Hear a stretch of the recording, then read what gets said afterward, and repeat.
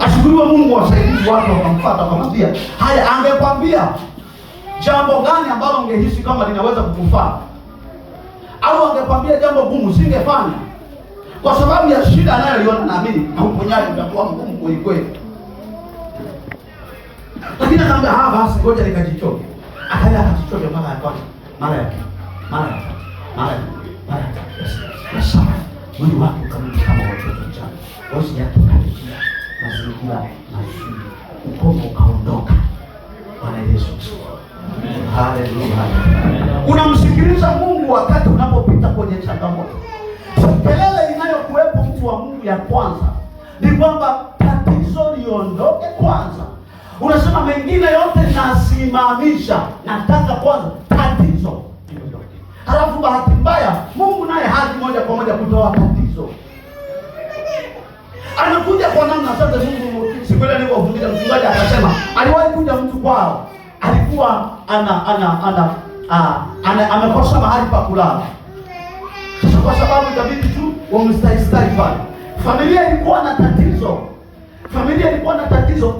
Baskeli ina pancha na wanatakiwa wasafiri umbali mrefu, ni kama kwenda Ikulili kwenda kuziba pancha na kuitengeneza ikae vizuri. Kumbe wamemkaribisha mtu mwenye tatizo lao, ana uwezo wa kulitatua. Bwana Yesu asifiwe sana. Haleluya, haleluya. Haleluya, haleluya. Kwa kutoyasikia maelezo ya Bwana, kwa kuwa na mchanganyiko mkubwa wa maelekezo ya Mungu, watu wengi sana wamewakataa msaada wao. Wamewakataa.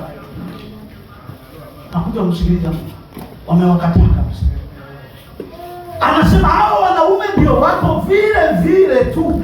Yule alikuwa hivi na huyu naye yuko hivi. Kwa hiyo amekataa kwa sababu anajua kuna shida ya namna hii. Mungu ameleta msaada, lakini kwa sababu kumekosekana mtu mwenye kuyasikia, habari inakwenda vibaya, anaishia njia. Bwana Yesu asifiwe. Bwana Yesu asifiwe sana. Kwa hiyo msikilize Mungu, na tukasema unaweza kumsikiliza Mungu kwa njia mbili: kwa kusoma neno lake, unaweza kusoma neno lake.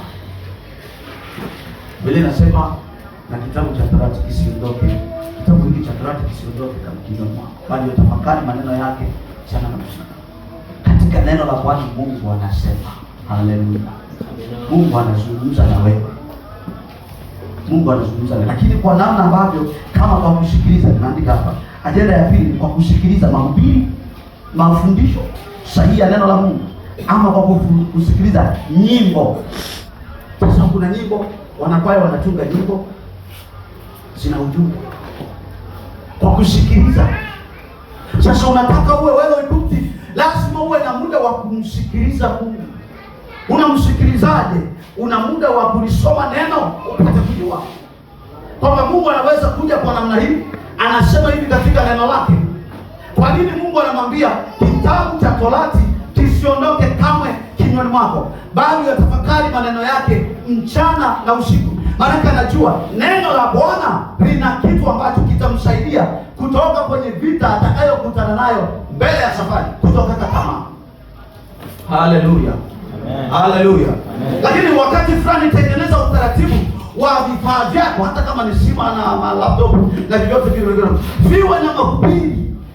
Sikiliza mahubiri mbalimbali ambayo una uhakika yanatoka kwa watumishi sahihi wa Mungu, ili angalau kupitia hayo unapata uelewa, unapata ufahamu, unapata kumsikia Mungu anazungumza nini. Kwani mtu ambaye anajua Mungu anazungumza nini, anapopita kwenye jaribu hawezi kuwa sawa na mtu ambaye hajui Mungu anazungumza nini. Kwa sababu yule ambaye anajua Mungu anazungumza nini, basi anaweza kuwa na ujasiri, anajua nitapita. Au Mungu amesema hivi. Biblia inasema kwa kwenye Matendo ya Mitume sura 27, wakati akina Paulo wanakwenda Roma, walikuwa na wafungwa wengi mle ndani.